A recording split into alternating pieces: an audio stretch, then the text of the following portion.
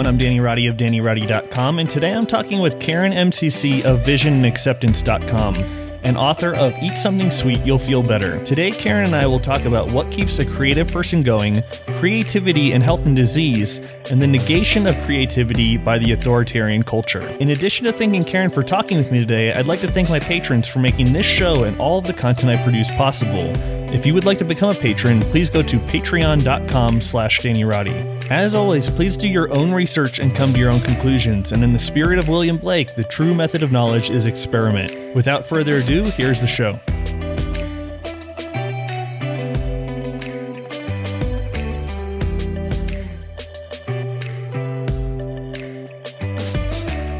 When you first mentioned this to me, I thought about a post I had put on Facebook, and it was Carl Jung, Abraham Maslow, Wilhelm Reich, Ray, Peat, and Carl Rogers are all basically saying the exact same thing about like a purpose to your life. And when you asked me to talk about this and creativity in general, I thought about how devastating to me it would be if I didn't have nutrition just as a general interest. Right. And how that really is like the driving factor in my life. And I think it like keeps me on track and is just like a real boon for me. And I can't think of what life would be like without that.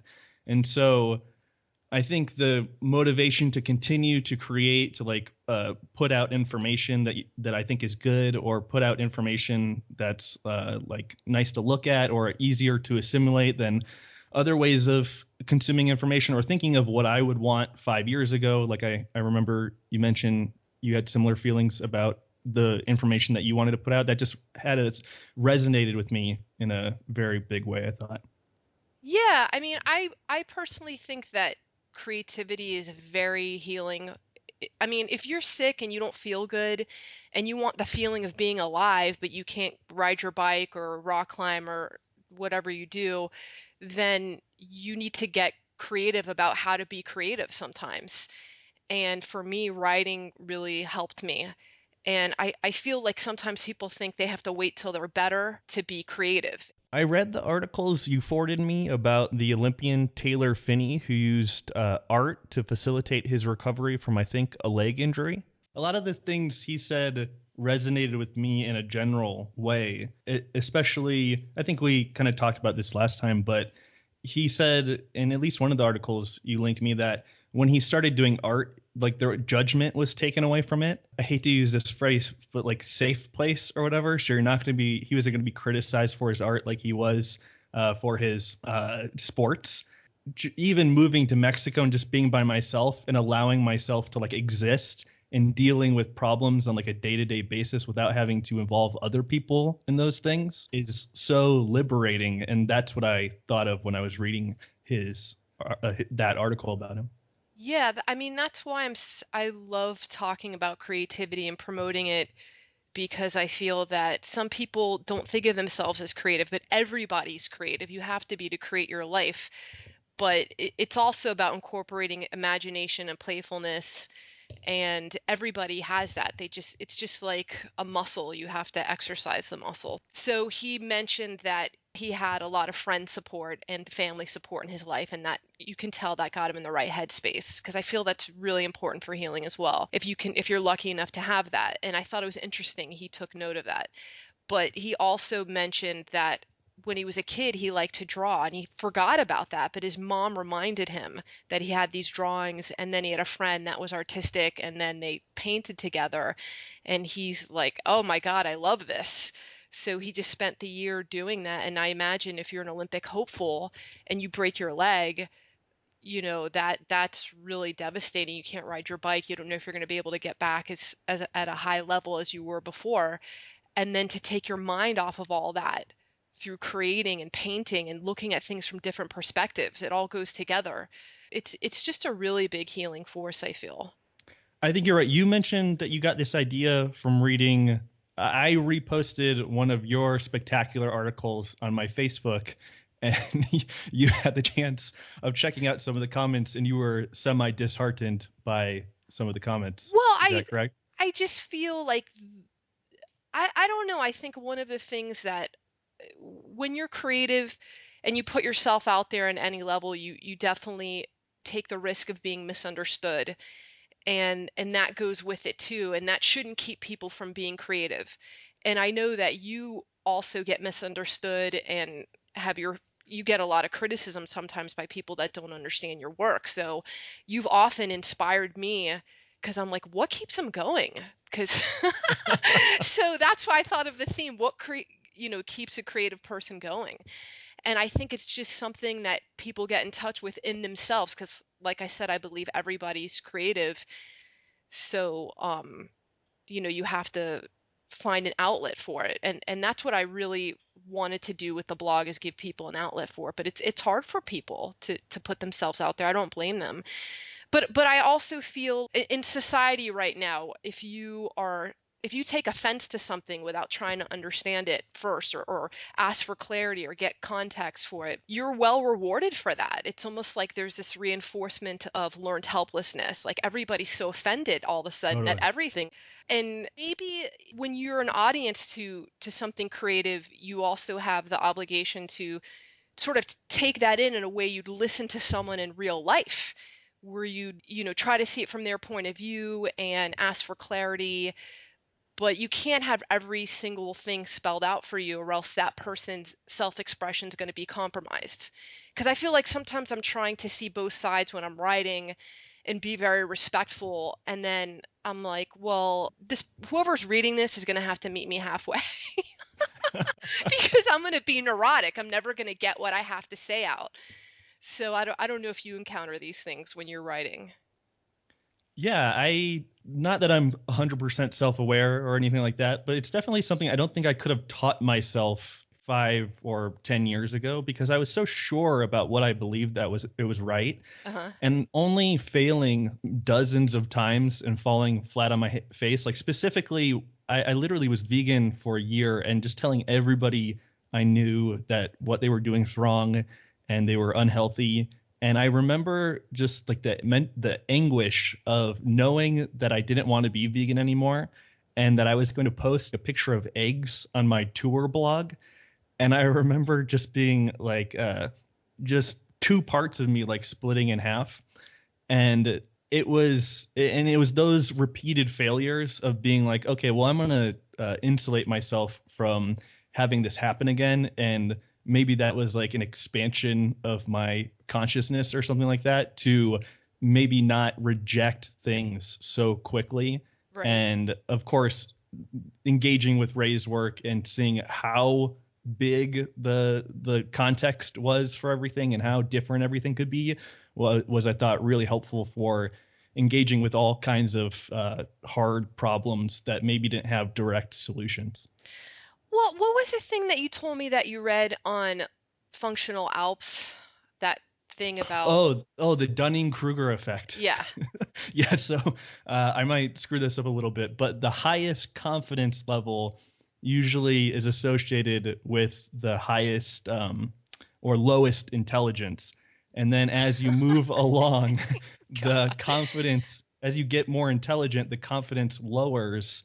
And then eventually the confidence the confidence goes up as the intelligence increases. So the people that are the most sure about something are usually like the most wrong about it.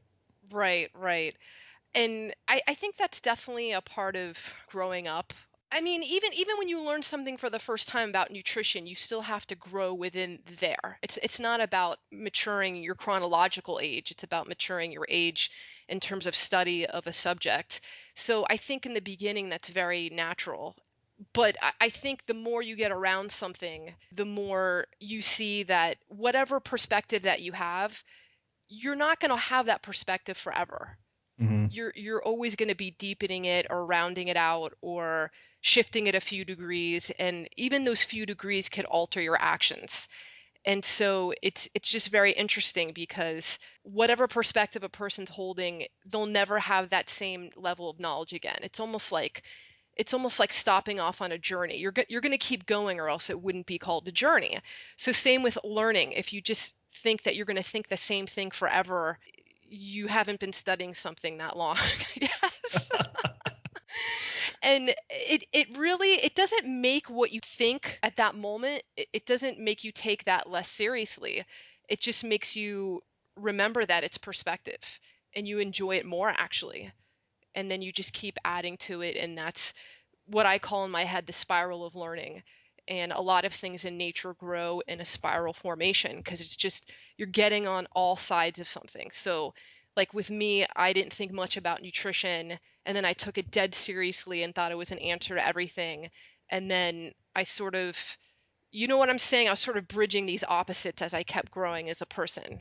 Yeah, do you think you learned that lesson majorly in your experience in the gym, or where do you think like I think I can pinpoint the aha moment almost, but where do you think that was for you?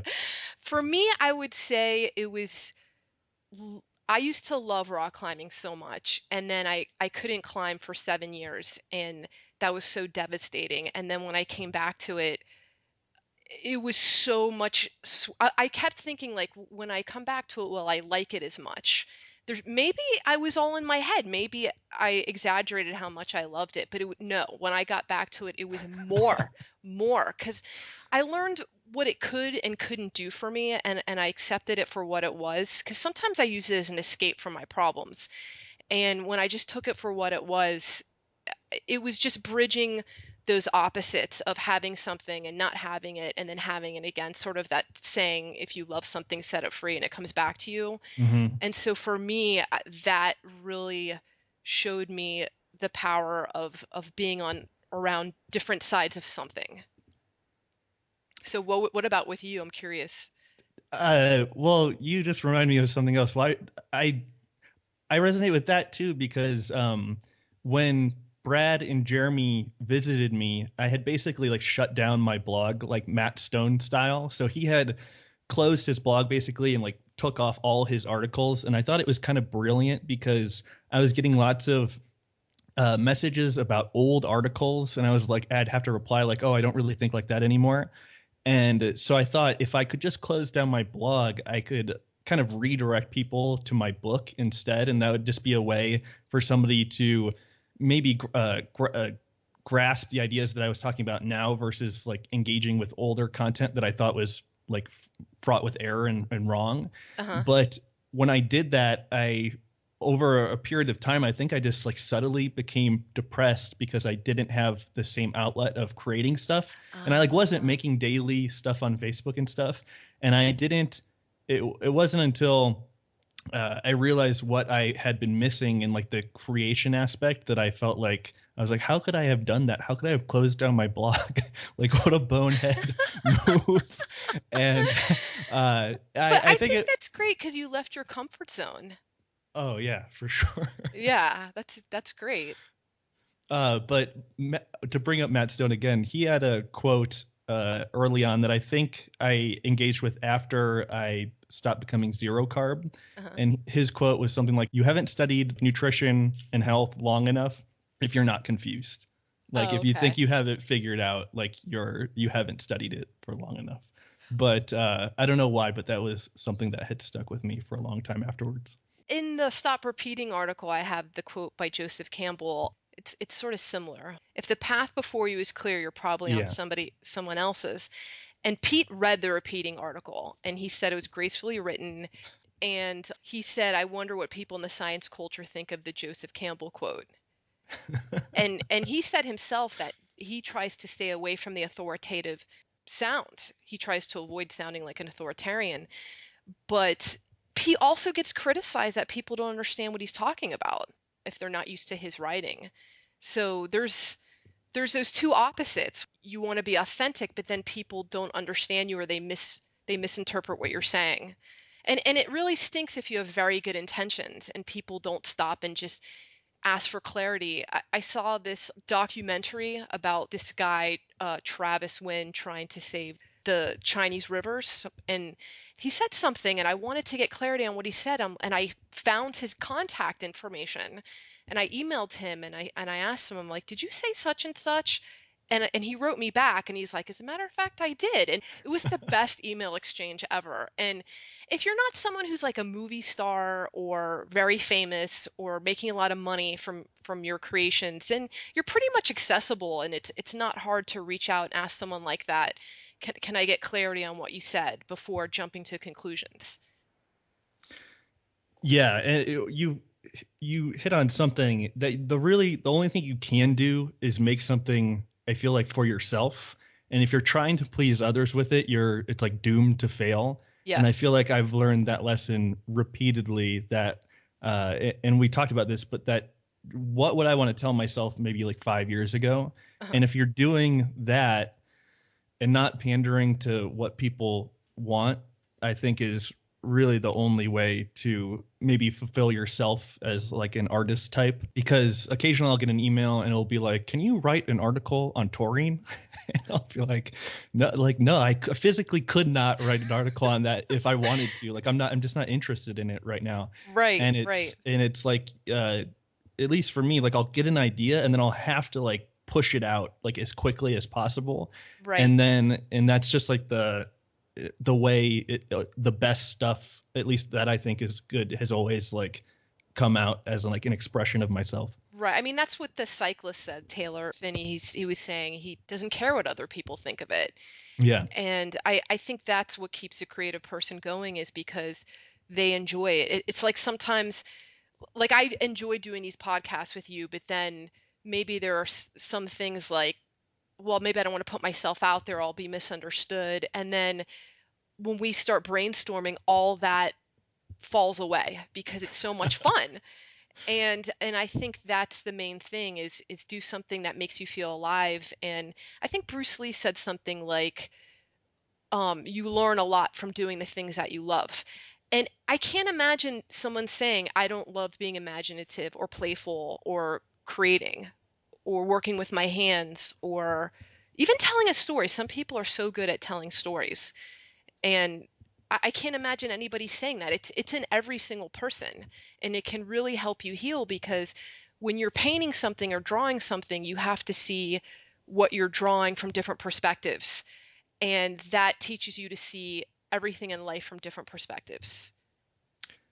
Carl Rogers, I forget the exact quote, but basically said that creative tendency was in everybody, but he used the words like it was buried upon layers of like encrusted abnormal personality layers and things like that. Yeah. And towards the end of the therapy with the person, his client-centered therapy, he usually said the person would become a certain way, or more accepting, or more artistic, or more creative. And I always thought that was interesting. Like sometimes I'll be talking to people and being a listener, and it will just be evident that they're caught up in a problem.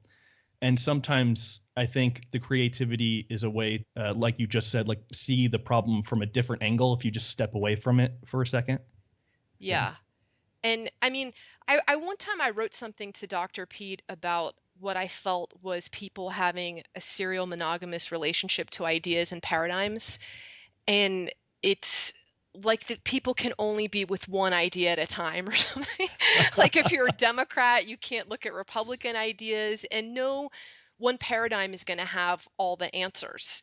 You have to look at the other side to get solutions sometimes. And so he said, he replied a really good reply, and he was saying that people won't choose to change as long as there are no viable alternatives. And that's why I think if you're creative, you'll see things differently, but you'll also be more sensitive to being destructive towards other people's ideas. Or just like even coming on here and talking with you, I didn't realize how hard it was for people to do interviews, and how easy it is to not say your idea completely, or leave it half said. And these days people, they don't want to meet you halfway, that they don't want to say what is the overall theme of what they're saying, and then let me hear that sentence again. They just want your sentence to be this perfect, omniscient, perfect thing, this monotheistic creation that can stand on its own. And no sentence can do that.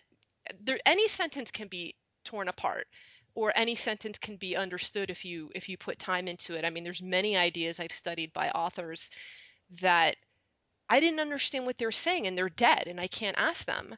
But then as I kept going back to it over the years, I thought, I get what they're saying now. And thank God it wasn't spelled out for me, because now I really get it. Well, there's a Bucky Fuller quote saying something like, if you disagree with something, build like a new system. I'm totally butchering this quote, but it's like, don't spend time criticizing the thing that you don't necessarily like. Just build a better model, and that will be better than spending your energy criticizing something. And that's definitely in the health sphere. It's people kind of having like a pissing match of who's more intellectually superior, Yeah. and criticizing the different points of view. But I feel like there's not that much substance to a lot of the people that gain like insane popularity, and it's just a little disheartening sometimes. Well, I mean, and I know we're not negating criticism in general, but it's the idea of if somebody's distorting what you're saying to make their argument stronger. I Yeah. think that's a straw man argument or something like that. But Yeah. then you never get anywhere, because I can't even defend that point because I didn't say it. And sometimes when you defend a point, it makes you think more clearly on it, and you're sort of grateful for that interaction, for that debate. For sure. I think I've mentioned this in one of our conversations, but the criticisms have, like constructive criticisms, not just like the name calling, have always been extremely rewarding. Even if I didn't like them or I had like a visceral reaction to them, they've always moved me, I think, in a positive direction. So yeah, definitely not saying that criticism is a bad thing or anything like that. Right. So I think that, it's part of the price a person pays to be creative. I mean, you can put your heart into painting something and another person walks by and it's like, that's ugly or something. But don't let that stop you, because it's about you. It's about bringing you to life. And that's what I thought with the repeating article. To me, I felt it was a celebration of anybody who reads it, because I'm saying, take your last name and put an ing after it. And but that's okay if some people didn't get it. That's fine. I want people to be able to voice their confusion or criticism, because maybe they can get clarity on it. But I do think there's a balance. And I think when I started writing my blog, you have different goals as you go along. And for some reason, you always think in the beginning about quantity over quality. Like you want a lot of people to read it. And then I started realizing that it was quality that mattered, because not everybody's going to get what I'm thinking or appreciate the points I'm making. But then if someone like, Brad or Jeremy contacts you and they're like, oh, I want to meet you, or let's talk because of something that you wrote, you think, if I hadn't have written that, I would have met these people. And I mean, that was really fun. I got to go out to dinner with them here in Miami, and I met Jeremy's wife, and she's amazing and very creative herself. But you just think of all these connections with people that have resonance with you that you can create with your creations. I think it's an Aristotle quote, and it's, to avoid criticism, say nothing, do nothing, be nothing.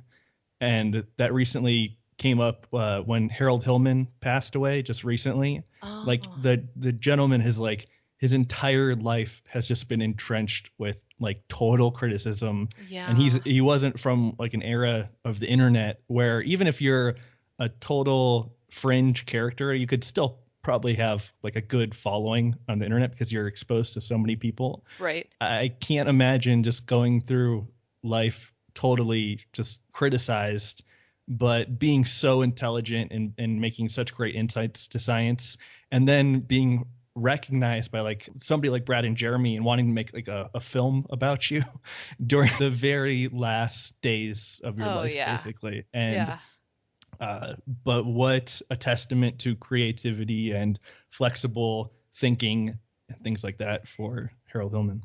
Yeah. I mean, he's someone like that, though, who's just been, they get hammered on all sides. You just know they don't care what people think. Yeah. They've proven that to themselves. People say it all the time. I don't care what people think, but prove it.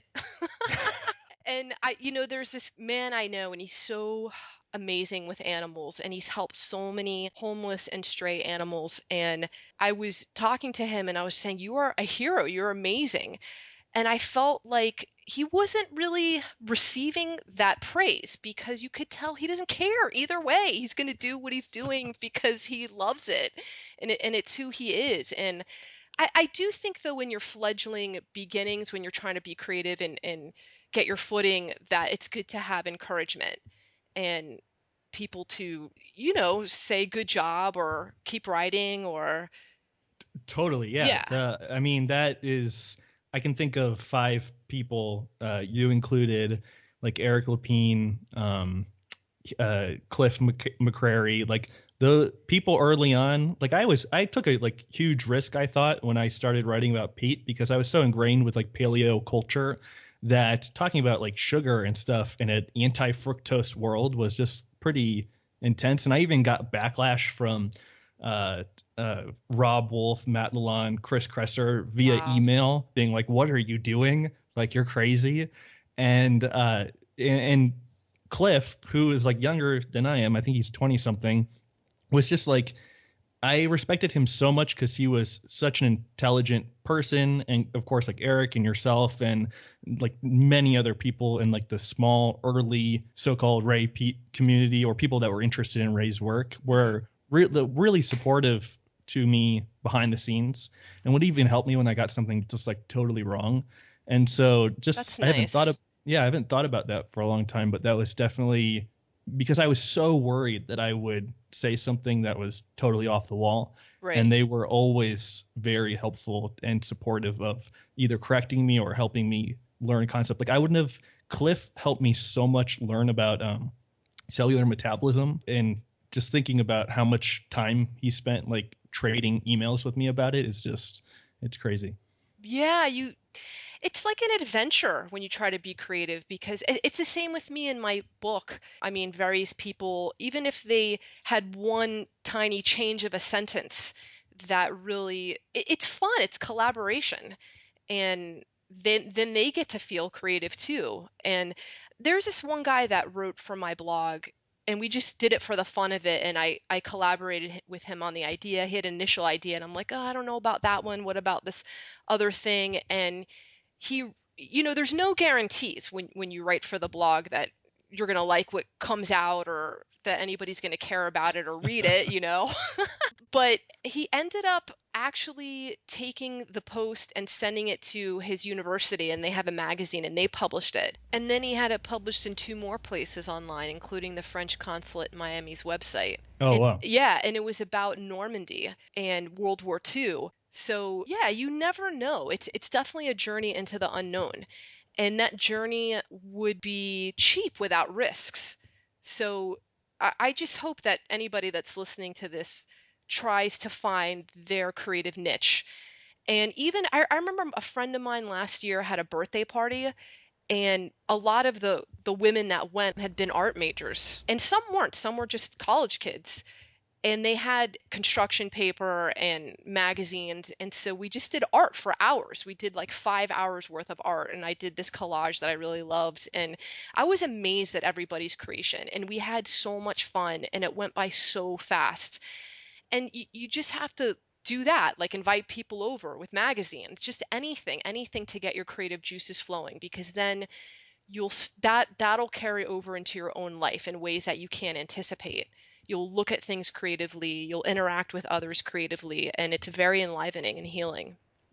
Oh, one of my favorite memories in San Francisco was just getting together with 2 of my friends, and we went to one of their apartments, and we just drew for like maybe like 6 hours or Wow, something. that It is was so like fun. there was like little talking, and they like turned down the lights and just put on music. And one of the people was going through like a big life transition, Uh-huh. and it just still stands out. Like my 5 years in San Francisco is one of my top memories from that time. But it was That's uh, awesome. Yeah, it was just really fun. And and she still has all the art in like this art book, and I always look at it when I go over to her house. Oh, it's so fun. And anybody can do that. Anybody can do that. And also, too, there's a lot of art things in Miami, art walks. And this one guy that me and my friend know, he's a photographer. And where he has a studio, they're having like an open house. So we went to it, and that was so much fun because everybody was talking about their creations. And they have such a life in their eyes, and it's just a beautiful thing. So even if you don't feel creative yet, go talk to creative people and ask them about their art.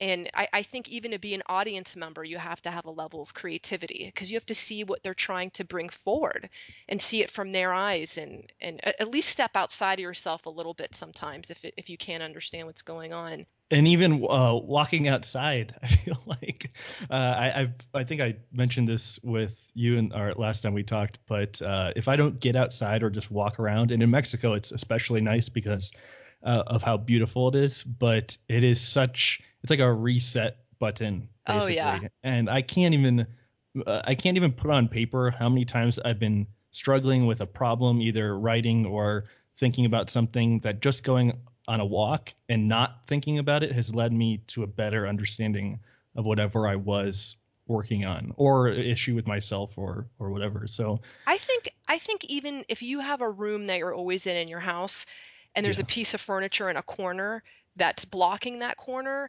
go to that corner and look at the room from that corner that you never get in. And that alone can make you see things differently. And that's really, really important.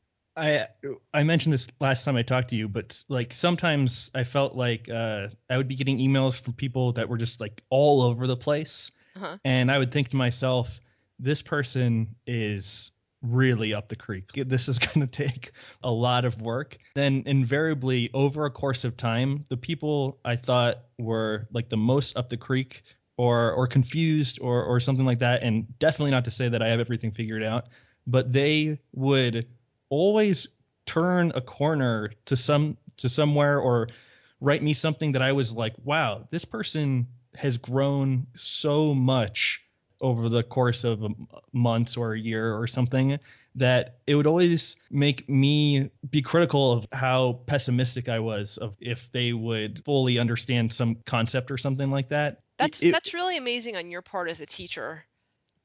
It was just wild. And I think obviously a lot of this was in context with Ray's ideas. And you said something that I always think about, like if you engage with content or something that is, or you were talking about Ray Peat, if you engage with him, it will make you like a more intelligent person. And I think that could probably be applied for a lot of philosophical ideas and things like that, and just like maybe higher brow stuff than what a lot of people are exposed to. I know I was exposed to a lot of low brow ideas that I really took hold of.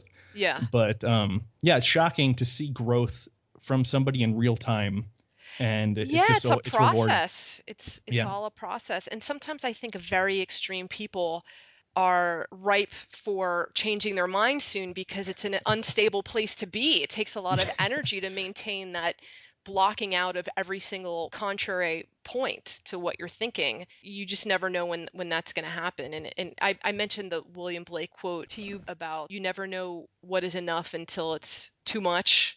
Mhm. And that's how people sometimes learn. I've learned that way too from being very extreme. And it's maybe our judgments of things that get us the most into trouble, not not someone learning from an extreme way, but the judgment of that when, like you said, soon they turn over a new leaf and they're actually integrating things quite nicely into their life in a smooth way. I engaged with a lot of people that were being touted as like the ultimate authorities on nutrition or evolution or whatever. Yeah. And when the curtain was pulled back, I was like, these guys really aren't that smart. Right. And again, and this, I think, set me on a course of like, well, what is health? Is health having a six pack, or is health doing what you want to do every day? Is it continuing to make things and continuing to expand your consciousness or whatever, or to continue learning and to move in like a favorable direction over a lifetime?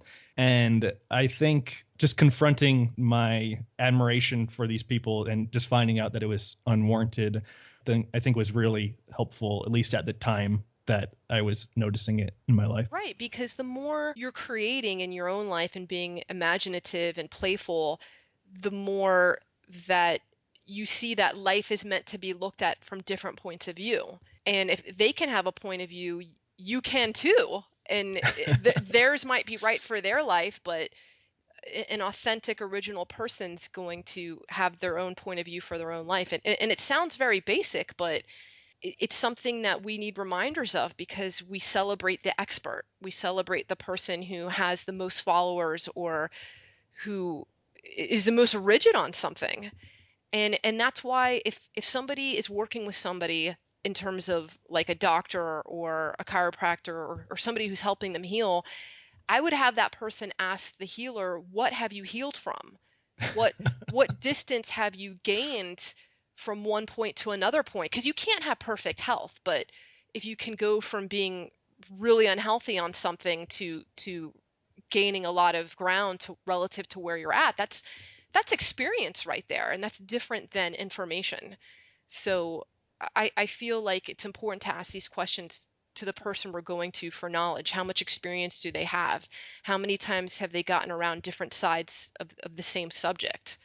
And I love talking to someone who, like yourself, was like, I felt this way about this, and then I kept going, and then I changed my mind, and then I got on this side of it. And that's true wisdom and knowledge that comes from experience. It's not contradictory. It's only contradictory to the person that doesn't have the imagination to understand your journey and to know that you're progressing and evolving and nothing stays still. And one of the reasons maintaining agency is so important. Yes. I always think how interesting it would be to live in Greece when they had the pantheon of gods, and how awesome that must have been. Because it's not just one point of view. It's not this monotheistic nightmare. You could be like, I like Hermes, and no, I like Athena, or you know what I'm saying? It was this given situation where one position on something couldn't reign supreme, because you had all these gods that you can align yourself with and back up your points with if you needed to in that moment. So and what their teachings were. And that was already understood in any given moment with someone. All those points of view were built in to any conversation. I imagine, that's what I imagine. If you lived back then, I didn't live back then, but well, that puts some perspective on our like two-party political system. People either have to be this way or that way, and then just run head into each other. Right. Like I know people, especially in San Francisco, that their political party is like their sports team, basically. And it's, these people were really intelligent, and it was always hard for me to wrap my head around the idea of just defending any aspect of this like crooked ideological view because it was like their sports team or whatever. But if there were many different philosophies that were all, if we had a many party system or something like that, maybe it would be completely different, just like the polytheism. And you hit on it early on, the recreational outrage or the chronicness of being offended. Yeah. That was something I really experienced in San Francisco. Like even talking about non-political ideas, it was always something that you were walking on eggshells a lot of times, or you couldn't go certain places, or you couldn't talk about things honestly. Right. And I mean, I couldn't pinpoint why it's happening, but it definitely seemed to be like flourishing in San Francisco. And it was tough because we talk about creativity, you're basically stagnant, and you can't express certain ways because you know you will quote trigger end quote somebody, and it will go in like a horrible direction. But you would think with all this offense being taken that would turn into action, and there'd be an unprecedented amount of letters to Congress people and people just putting their thoughts into action. But that's not what's happening. It's No. People are somehow equating being offended on social media with they've done something. Yeah.